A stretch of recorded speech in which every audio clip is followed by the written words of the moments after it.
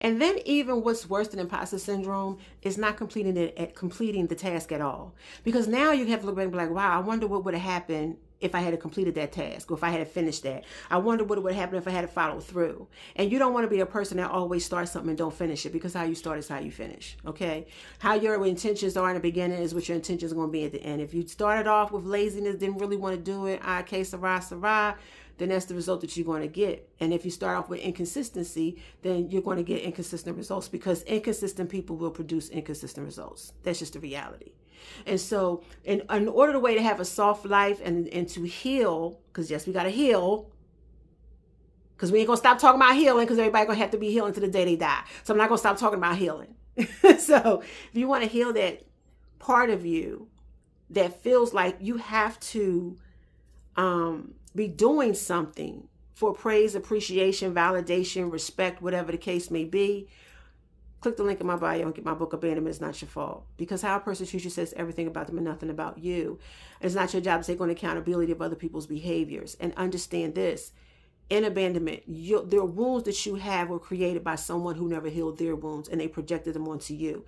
So the blessing is that in this book, I share the types of wounds I had that I didn't know that I had, the relationships that it connected me to, and why I was in those relationships, and I realized that those relationships weren't healthy for me, and then it helped put me on a healing journey so that I can be a better me, have better boundaries, know when I'm being manipulated, know when I'm being lied to, know when I'm being mistreated, know that when somebody is playing games with me, because, you can use your spiritual gifts and use discernment. We all have it, but so how many times sometimes we haven't used it when we should have.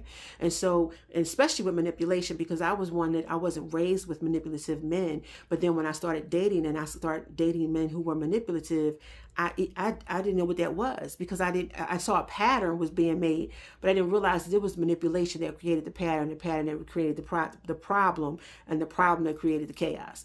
So with that being said, if you get the book, it's going to help you navigate the process of what you could be going through, and learning how to have boundaries and being able to say no as a complete sentence. Okay, just wanted to give you that plug. But yeah, so just realize that those chores that we did back then could cause friction in our relationship today, because we too busy looking at that person like, why are you not doing it like this? Why are you doing it like that?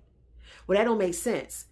Do I sound like some of y'all? Put in the chat, let me know if I sound like some of y'all. Why are you doing it like that? That don't make sense. No, but if you do it right, if you do it like this, it's going to be easier. But maybe it's easier for them. See, they're doing things the best way they know how, with the mindset they have, or how they were raised, because this is the way they did it. But it doesn't mean that you're right and they're wrong. It just means that it's different. So we have to learn how to appreciate the commonalities and respect the differences. All right, Auntie, love you. Like and follow below.